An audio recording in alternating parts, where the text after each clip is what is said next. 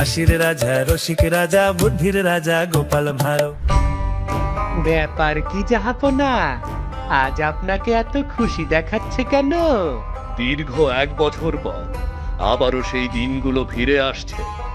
সাহরি করা, সারাদিন উপোস করে সন্ধ্যায় ইফতার করা, রাতে তারাবি পড়া। 2 দিন পরেই রমজান মাস। সেই মাস আমাদের কাছে অনেক গুরুত্বপূর্ণ, রহমতের মাস, নাজাতের মাস, মাগফিরাতের মাস। আহ আহ হুজির, আমার যে কি আনন্দ হচ্ছে তোমাকে বলে বোঝাতে পারবো না উদির। জি জাহাপনা। এই মাসে যেন আমার অধীনের রাজ্যের কোনো মুসলমান অনাহারে না থাকে, তারা যেন সুখে শান্তিতে রমজান মাস পালন করে। তাই আমি আরব রাজ্যের সাথে বাণিজ্যিক চুক্তি করেছি, যাতে রমজান মাসে সকল পণ্যে 50 ভাগ ছাড় দেওয়া হবে। তাই আমি আজকে অনেক খুশি উজির। আজকে বিকেলে জাহাজ মুর্শিদাবাদের ঘাটে এসে পৌঁছাবে। এই ব্যবসায়িক কাজের সকল দায়িত্ব আমি তোমাকে দিলাম। যথাজ্ঞা জাহাপনা। বুঝি, তুমি চিঠি লিখে পাঠিয়ে দাও সকল ডাককে, সবাই যেন মুর্শিদাবাদ থেকে 50 ভাগ ছাড়ে সকল মালামাল কিনতে পারে। যথাজ্ঞা হুজুর। আহা, এ কি, গোপাল এখনো রাজসভায় আসেনি কেন? দরকারি একটা কথা বলবো, কিন্তু তার কোনো খবর নেই। কি হয়েছে মহারাজ? কি এমন দরকারি বিষয় যা আমাদের বলা যাবে না? আছে মন্ত্রী আছে, তুমি বুঝবে না। মন্ত্রী মশাই কোন দিন বুঝেছেন মহারাজ? তিনি সারা জীবনে অবুঝের মতো কাজ করে গেলেন, এখনো বুঝ হলো না। থামো গোপাল, এমনিতে দেরি করে এসেছো, আবার মন্ত্রীর পেছনে লাগছো কেন? আমি খামোখা তোমাদের ঝগড়া দেখতে চাই না। মহারাজ, নবাবের দূত এসেছিল। সে রাজবাড়ির সামনে আসতেই তার সাথে দেখা হয়। তাকে দেখে খুব ক্লান্ত মনে হচ্ছিল, তাই তার কাছ থেকে পত্রটি নিয়ে তাকে অতিথিশালায় পাঠিয়ে দিয়েছি বিশ্রামের জন্য। ভালো করেছো। তবে এই অসময়ে নবাবের দূত? মহারাজ, উজির মশাই আপনাকে চিঠি পাঠিয়েছেন। উজির মশাই কেন চিঠি পাঠালেন? মন্ত্রী, পত্রটা পড়ে শোনাও। মহারাজ কৃষ্ণচন্দ্র, আশাবাদী আপনি ও আপনার প্রজাগণ ভালো আছেন। আপনি অবগত আছেন যে 2 দিন পরে আমাদের রমজান মাস শুরু। সেই মাসে যাতে কোনো মুসলমান অনাহারে না থাকে, সেই জন্য নবাব আদেশ দিয়েছেন পুরো রমজান মাস আপনি সহ নবাবের সকল অঙ্গরাজ্যে 50% ছাড়ে মুর্শিদাবাদ থেকে সকল পণ্য ক্রয় করুন। আগামীকাল আপনার মন্ত্রী ও বাজারের কয়েকজন ব্যবসায়ীকে মুর্শিদাবাদে পাঠিয়ে দেবেন, যাতে তারা দেখে বুঝে মালামাল নিয়ে যায়। আপনাদের সবাইকে রমজান মাসের শুভেচ্ছা রইল। বাহ, এ তো বেশ ভালো খবর। পণ্যের ওপর এত বড় পরিমাণ ছাড় দিলে তো মুসলমানরা নয়, গোটা রাজ্যবাসী উপকৃত হবে। হ্যাঁ মহারাজ, নবাব বাহাদুর খুব সুন্দর সিদ্ধান্ত নিয়েছেন। আচ্ছা দূত, তুমি নবাবের দূত, বিশ্রাম করে মুর্শিদাবাদে ফিরে যাওয়ার সময় তাকে বলে দিও সময় মতো আমার মন্ত্রী ও বাজারের ব্যবসায়ীরা মুর্শিদাবাদে পৌঁছে যাবে। যথাজ্ঞা মহারাজ। বাহ বাহ, এ তো বেশ ভালো সুযোগ। এই ফাঁকে কিছু কামিয়ে নেওয়া যাবে। কি মন্ত্রী, কি চিন্তা করছো? দেখুন, এই ফাঁকে কিছু হাতিয়ে নেওয়ার চিন্তায় আছেন হয়তো মন্ত্রী মশাই। মানে মহারাজ, আসলে নবাব আমাকে যেতে বলেছেন, তাই গোপালের হিংসে হচ্ছে। ঠিক ঠিক। থামো মন্ত্রী, থামো গোপাল, এভাবে ঝগড়া করো না। নবাব একটা দায়িত্ব দিয়েছেন, সেটা পালন করার চেষ্টা করো মন্ত্রী। আজ রাতেই তুমি কয়েকজন ব্যবসায়ীকে নিয়ে মুর্শিদাবাদে যাও ও সকল জিনিসপত্র নিয়ে এসো। যথাজ্ঞা মহারাজ। যাও সবাই, আজকের মতো সভা এখানেই শেষ। বুঝি, তুমি কি সকল রাজ্যে চিঠি পাঠিয়েছিলে? হ্যাঁ জাহাপনা, আপনি বলার সাথে সাথেই আমি সকল রাজ্যে চিঠি পাঠিয়েছি। যখন তার আসবে, তাদের প্রয়োজন মতো মালামাল দিয়ে দেওয়া হবে। নবাব বাহাদুর, কৃষ্ণনগরের মন্ত্রীমশাই এসেছেন। মন্ত্রী এসেছো? তা তোমাদের ব্যবসায়ীরা কোথায়? তাদের নিয়ে আসনি? হ্যাঁ নবাব বাহাদুর, নিয়ে এসেছি, তারা বাইরে দাঁড়িয়ে আছে। বহুত খুব। আচ্ছা যাও, তাদের নিয়ে অতিথিশালায় বিশ্রাম নাও। অনেক দূর থেকে এসেছো, বিকেলে মালামাল দেখে যতটুকু প্রয়োজন তোমাদের উচিত দিয়ে দেবে, কেমন? আজ রাতে থেকে আগামীকাল সকালে বের হবে। যথাজ্ঞা জাহাপনা।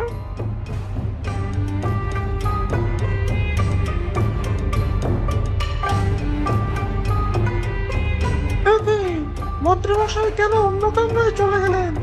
উজির মশাই কানে কানে কি বললেন? আরে বাদ দাও, তারা বড় বড় মানুষ, বড়সড় ব্যাপার। আমার না বড় বাইরে পেয়েছে। তোমরা বসো, আমি আসছি। মন্ত্রী মশাই, আপনি অনেক দূর থেকে কষ্ট করে এসেছেন। আপনি কি চান না আপনার টাকে কিছু ঢুকুক? হ্যাঁ উজির মশাই, আপনি আমার মনের কথা বলেছেন। এখান থেকে কিছু ট্যাকে ঢুকলে মন্দ হয় না। চলুন এক কাজ করি, যেহেতু নবাব বাহাদুর অর্ধেক দামে সব দিয়ে দিচ্ছেন, তাই আমরা সবার কাছ থেকে সকল পণ্যের জন্য 5 মোহর করে বেশি নেব। বাহ উজির মশাই বাহ, আপনার বুদ্ধির কোনো তুলনা হয় না। আগামীকাল সকালে তাদের গুদাম ঘরে নিয়ে আসবেন। আচ্ছা উজির মশাই। আচ্ছা, এই ব্যাপার। আপনাদের সবার মালামালের দাম 25,000 মোহর হয়েছে। কি উজির মশাই, আমরা যে মালামাল কিনেছি তার দাম 50% ছাড়ে অর্ধেক মূল্যে 20,000 মোহর হওয়ার কথা, তাহলে আপনি 25,000 মোহর চাইছেন কেন? আরবরাজ আমাদের যেই দামে দিয়েছেন, আমরাও তোমাদের সেই দামে দিচ্ছি। ইচ্ছে হলে নাও, না হলে রেখে দাও না। এত ছাড় দেওয়ার পরেও তোমাদের হয় না, তাই না? আরে ও মন্ত্রী মশাই, আপনি কিছু বলুন। আমি কি বলবো বলো, এটা নবাবের আদেশ। উজির যেই দাম চাচ্ছে দিয়ে দাও, না হলে পরে পস্তাবে। তোমরা যাও, আমি উজির মশাইয়ের সাথে কিছু দরকারি কাজ শেষ করে আসছি। উজির মশাই, আমার ভাগটা দিয়ে দিন। আরে উজির মশাই, আমাকে আরো 500 মোহর দিন। এইটা আমার বুদ্ধি ছিল, তাই আমি 1000 মোহর বেশি নিয়েছি। নিলে নাও, না হলে চলে যাও। কেমন? চলে যাও। আচ্ছা উজির মশাই, কোনো সমস্যা নেই, এতেই আমার হবে। নবাব বাহাদুর আমাদের ঠকিয়েছেন, সকল পণ্যে 5 মোহর করে বেশি নিয়েছেন। আমরাও আরো 5 মোহর দাম বাড়িয়ে দেব। কিন্তু এটা কি ঠিক হবে দাম বাড়িয়ে দেওয়া? ঠিক না ঠিক কিছু বুঝি না, আমাদের পয়সা উসুল করে নিতেই হবে, বুঝেছ? তাহলে এখানে এসেছো তোমরা? হ্যাঁ মন্ত্রী মশাই, আর কিছুক্ষণ পরে আমরা রাজ্যে পৌঁছে যাব। আপনার আসতে এত দেরি হলো কেন? উজিরের সাথে আমার দরকারি কাজ ছিল, তাই দেরি হয়েছে। আচ্ছা তাহলে আমি যাচ্ছি, তোমরা এসো। ভাই, সেই কাল রাত থেকে দেখছি আপনি একেবারে মনমরা হয়ে আছেন, কোনো কিছু সম্পর্কে কথাই বলছেন না। কিছু কি হয়েছে? না ভাই, এমনিতেই আমার মন ভালো নেই, তাই চুপ করে আছি। আমার চিন্তা হচ্ছে মালামালের দাম যেভাবে বেড়েছে, কি যে হবে। চিন্তা করো না ভাই, আমাদের পয়সা উসুলের রাস্তা হয়ে গেছে, যাকে বলে চোরের উপর বাটপারি। মহারাজ, সেই 2 দিন হয়ে গেল মন্ত্রী মশাই গিয়েছেন, এখনো কোনো খবর নেই। চিন্তা করো না, আজকে আসবে। মন্ত্রী মশাই আসলেই বাঁচি, আমার খুব চিন্তা হচ্ছে। আদিক্ষেতা দেখে বাঁচি না। আমি চলে এসেছি মহারাজ। মন্ত্রী তুমি এসেছো? হ্যাঁ মহারাজ, আমি সব কিছু ঠিকঠাক মতো গুছিয়ে এনেছি। ব্যবসায়ীরা এতক্ষণে বাজারে এসে পৌঁছে গেছে। আজকে বিকাল থেকেই তারা চাইলে মুর্শিদাবাদের মালামাল বিক্রি করা শুরু করতে পারবে। যাক মন্ত্রী, চিন্তামুক্ত হলাম। যাও মন্ত্রী, বাড়িতে গিয়ে বিশ্রাম নাও। আজকের মতো সভা এখানেই শেষ। আর হ্যাঁ মন্ত্রী, যাওয়ার সময় ঘোষককে বলে যাবে আগামীকাল যেন সারা রাত যে ঢেরা পিটিয়ে ঘোষণা করে রমজান মাস হিসেবে সকল পণ্যে 50% দাম কমেছে। যথাজ্ঞা মহারাজ। আজকের সভা তাহলে এখানেই শেষ। সবাই এসো। চলো বিজ্ঞানী, বাজারের অবস্থা দেখে আসি। চলো গোপাল, কিছু খরচও করে আসবো, ঘরে তেমন কিছু নেই। কি হে, কেমন আছো তোমরা? কিরকম মালামাল নিয়ে আসলে মুর্শিদাবাদ থেকে? সবকিছু কি ভালো নাকি কোনো ভেজাল আছে? না গো গোপাল দাদা, মালামালে কোনো ভেজাল নেই, সব কিছু ঠিক আছে। বেশ, তাহলে বিজ্ঞানী মশাইকে কিছু জিনিস দাও। আমাকে 1 কেজি আলু ও 1 কেজি ডাল দাও। এই নিন বিজ্ঞানী বাবু। তা কত টাকা হয়েছে? আপনার ডাল 1 কেজি 40 আনা আর আলু 1 কেজি 30 আনা হয়েছে। মানে কি বলছো? আরে ব্যবসায়ী, এগুলো কি বলছো? 1 কেজি ডালের দাম 60 আনা, সেই হিসেবে অর্ধেক মূল্যে 30 আনা হওয়ার কথা। আলুও অর্ধেক মূল্যে 20 আনা হবে, তাহলে এত দাম চাচ্ছ কেন? আমরা যেই দামে পেয়েছি সেই দামেই দিচ্ছি, নিলে নিন, না নিলে যান। হাহ। তা বাপু, তোমরা তো 4 জন গিয়েছিলে, 3 জন দোকান খুলেছে, বাকি 1 জন দোকানে আসেনি কেন? সে কেন আসেনি বলতে পারবো না, তবে সে আমাদের সাথে মুর্শিদাবাদে যাওয়ার পর থেকেই কেমন যেন চিন্তিত ছিল।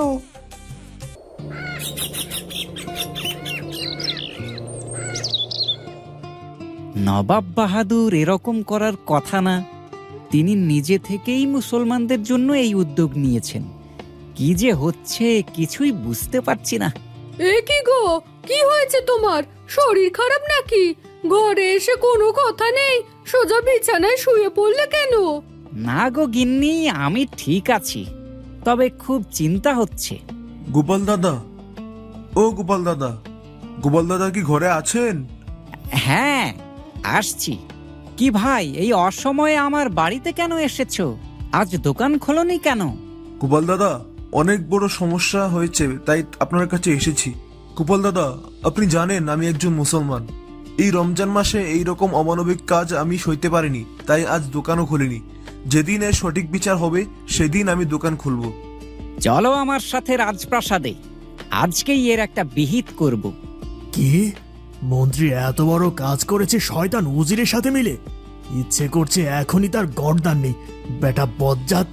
গোপাল, এবার বলো কি করব, কিভাবে এর সমাধান করবে? মহারাজ, আমি এই ব্যবসায়ীকে নিয়ে এখনই মুর্শিদাবাদের উদ্দেশ্যে রওনা হব, তবে এই খবর যেন কেউ না পায়। বেশ বেশ, আমি আসি মহারাজ।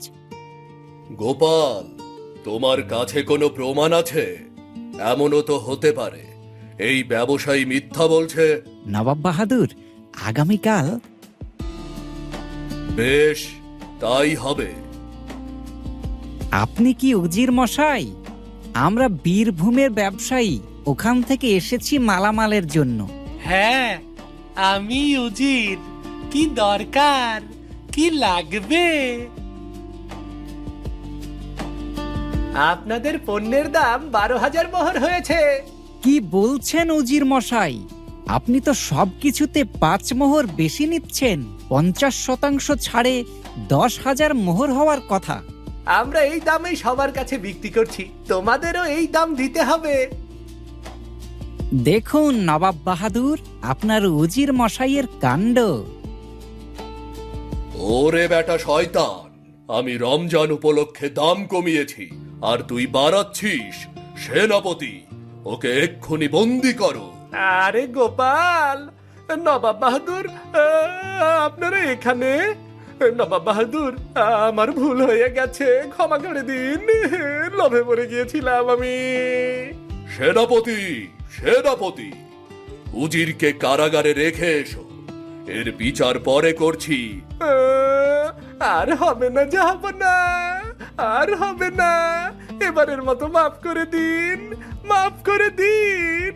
গোপাল, আজ তুমি এখানে না থাকলে এই উজির আমাকে পুরো বরবাদ করে দিত। জাহাপনা, এখানে সবচেয়ে বেশি কৃতিত্ব এই ব্যবসায়ীর, সেই আমাকে সব খবর দেয়। ব্যবসায়ী, তোমাকেও অনেক ধন্যবাদ। তোমাকে আমি গুদাম থেকে আরো কিছু মালামাল বিনামূল্যে দেব। হুজুরের দয়া। ধন্যবাদ নবাব বাহাদুর। এখন আমাদের অনুমতি দিন, আগামীকাল রোজা, আমাকে বিকেলের মধ্যেই রাজ্যে যেতে হবে। বেশ, তোমাকে আর ব্যবসায়ীকে গুদাম থেকে কয়েক বস্তা মালামাল দিলাম, সেগুলো নিয়ে গরুর গাড়ি চেপে রাজ্যে ফিরে যাও। নবাব বাহাদুরের জয় হোক। মহারাজ, গোপাল কোথায়? আজকে গোপালকে দেখছি না যে। তাকে একটি বিশেষ কাজে পাঠিয়েছি। কি এমন কাজ যা আমরা জানতে পারবো না? মহারাজ, আমি এসেছি, তবে মন্ত্রী মশাইকে আগে ধরুন। সেনাপতি, মন্ত্রীকে বন্দি করো। বলো মন্ত্রী, উজিরের সাথে মিলে কেন ষড়যন্ত্র করেছো? এসব কি মহারাজ? কচি খোকা, কি দোষ বুঝতে পারছো না তাই না? সেনাপতি, আমার কোনো দোষ নেই মহারাজ, ওই সব উজিরের পরিকল্পনা ছিল। সে আমাকে লোভ দেখিয়েছে। ভুল হয়ে গেছে মহারাজ, আমাকে ক্ষমা করে দেন। একে কারাগারে পাঠিয়ে দাও। গোপাল, আজ তোমার জন্য আমি অনেক বড় লজ্জার হাত থেকে বেঁচেছি। বলো, তুমি কি চাও? মহারাজ, আমি কিছুই চাই না। যা দেওয়ার এই ব্যবসায়ীকে দিন। তার সততায় আজকে চোরদের ধরতে পেরেছি। গোপাল, বাড়িতে যাওয়ার সময় সেই ব্যবসায়ীদের বলবে তারা যেন অর্ধেক দামে সবকিছু বিক্রি করে। তাদের কোনো ক্ষতিপূরণ দেওয়া হবে না, এটাই তাদের শাস্তি। আর এই সৎ ব্যবসায়ীকে সব ক্ষতিপূরণ দেবে। যাও দোকানি, আজকে থেকে সুখে শান্তিতে বসবাস করো। ধন্যবাদ মহারাজ। তোমাকেও ধন্যবাদ গোপাল দাদা। আজ তোমার জন্যই দুই জায়গা থেকে এত কিছু পেলাম। মনে রাখবে, সদা সৎ পথে চলবে, সত্য কথা বলবে। নিশ্চয়ই। সবাই বলো, জয় গোপালের জয়।